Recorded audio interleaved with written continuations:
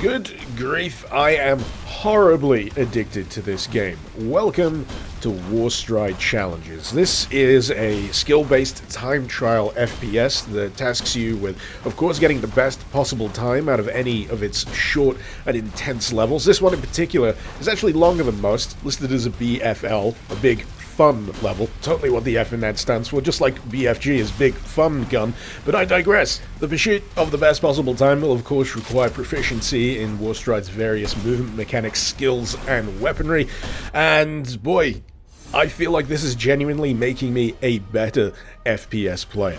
But before I get any further, I do have to give big thanks to Warstride Challenges and Focus Entertainment for sponsoring this here video.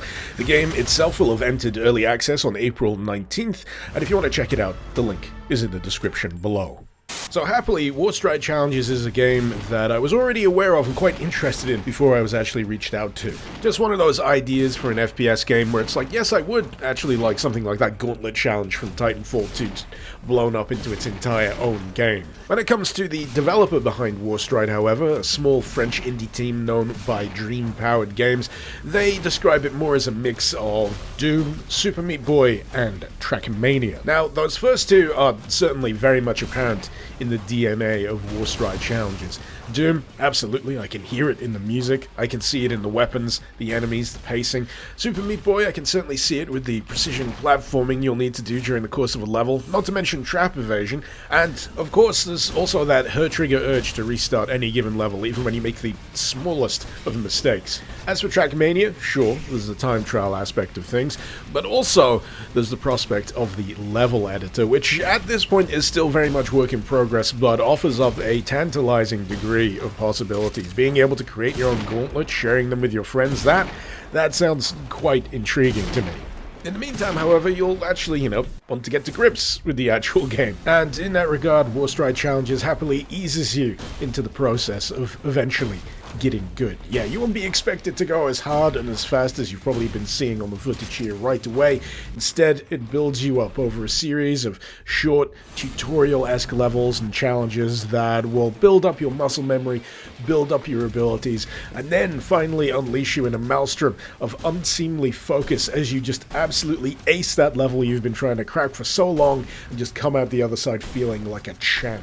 As you may have noticed though, there's a few assists here and there that will help you through some trickier sections of level if you don't feel like barreling through them full pelt. And chief among those is the slow-mo. This is a limited use ability, as you can see on the left of the HUD there, and depletes on activation. So on one hand, it's really handy for figuring out trickier sections and just getting your bearings as you barrel through into a new room, but you might want to save some of that for other trickier sections later on down the line. It's a bit of a push and pull, really. You eventually start trying to tackle sections of level on your own speed, just so you can save a little more of that slow-mo for later. But let me tell you, there's nothing quite like the feeling of being able to nail a section full pelt with minimal assist. Shockwave turns out to be a pretty damn fun ability too. This one is chiefly used to break down certain walls, or if there's a group of enemies in your path, just flat out eviscerate them. Now, depending on the level, however, you'll have a certain number of shockwave charges, so you can't just go firing this thing off willy-nilly. Much like the slow-mo, you've got to find the right moments to take full advantage of it.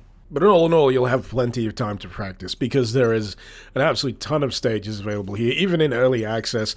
I think when it comes to full release, it'll end up with over 180 stages to play through, and that encompasses the difficulty, which is actually handled in a really interesting way. So at first, you'll be blazing through these on normal difficulty, completion of one naturally unlocking the next, but after you've completed a row of these stages, you'll be treated to a special stage. But before you can access it, you'll find that you need to have a certain number of completion medals, and this is where the hard variations of levels you previously completed will unlock. So what's pleasantly surprising about this is that it's not just forcing you to do the same thing all over again.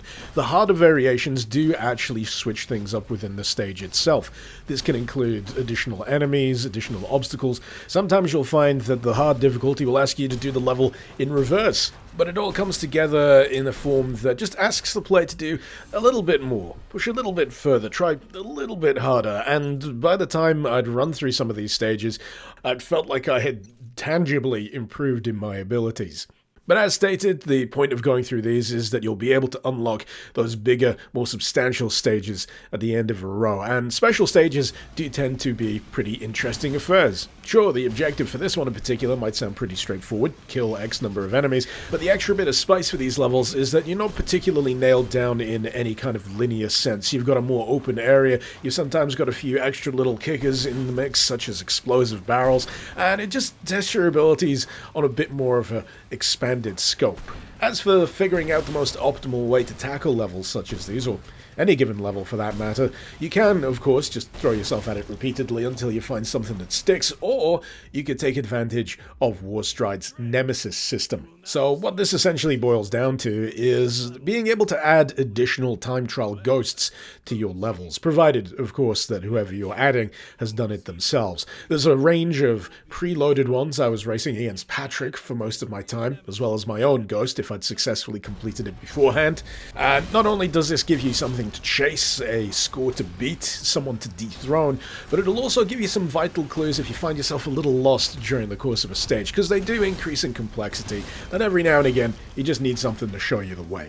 Heck, if you wanted, you could even load me up as a nemesis, see if you can beat my times, race against my ghost. And for that purpose, if you type OG_Icarus, you'll be able to find me, and if you do decide to go up against me, feel free to tag me in any post you put on social media under hashtag Warstride Challenges. Think of it as your chance to show off to me your mad skills. Overall, I think it's safe to say that Warstride Challenges has unlocked somewhat of an obsessive streak in me, because it's not good enough for me to be shooting for bronze, silver, or even gold. Platinum is the medal that I want to achieve in nigh on everything here, but damn, there's only so many times I can retry a level before my fingers start going numb and I have to move on to something else, and that is certainly credit to the game. It's addictive as all hell. The way progression is set up just encourages you to keep pushing further and further and harder, and it certainly doesn't hurt that the weaponry here is pretty satisfying to use. And it's not just a case of point and shoot in the general direction of an enemy either. You've got to be precise. You've got to be aiming for those headshots, and crucially, when it comes to certain enemy types, you have to be using the right weapons. So getting the feel of hot swapping your weapons and abilities while also bunny hopping at ridiculous speeds is definitely something that will help you attain those better times. But yeah, all that stuff is something I didn't think I'd be able to do with any kind of finesse or smoothness when I started playing this, but here I am with some pretty damn good runs, if I say so myself. But yeah, I'd say you shouldn't be put off by the idea that this is early access. There is still an absolute ton of things to do and challenge yourself with during the course of this, and the pursuit of those medals, not to mention some deviously hidden skulls, will just keep unlocking more and more stuff for you to shoot for. The bonus levels, for example, I haven't really touched on them, but there's some really neat, interesting twists on things that'll have already been established during the course of regular levels, and man, it's just a lot of fun. In any case, if this video has piqued your interest, and I hope it certainly has, you'll be able to find a link to the Steam page of Warstride Challenges in the description below. It should be live as of the publication of this video, so feel free to give it a whirl and let me know what you think. Not to mention, if you're attending PAX during the dates of April 21st to 24th, you'll actually be able to catch Warstride Challenges there too, so if you fancy getting a little bit of hands-on experience, why don't you mosey on over to the stall and tell them Icarus sent you. Until next time, this has been Mr. Icarus. Thank you very much for watching. Icarus out.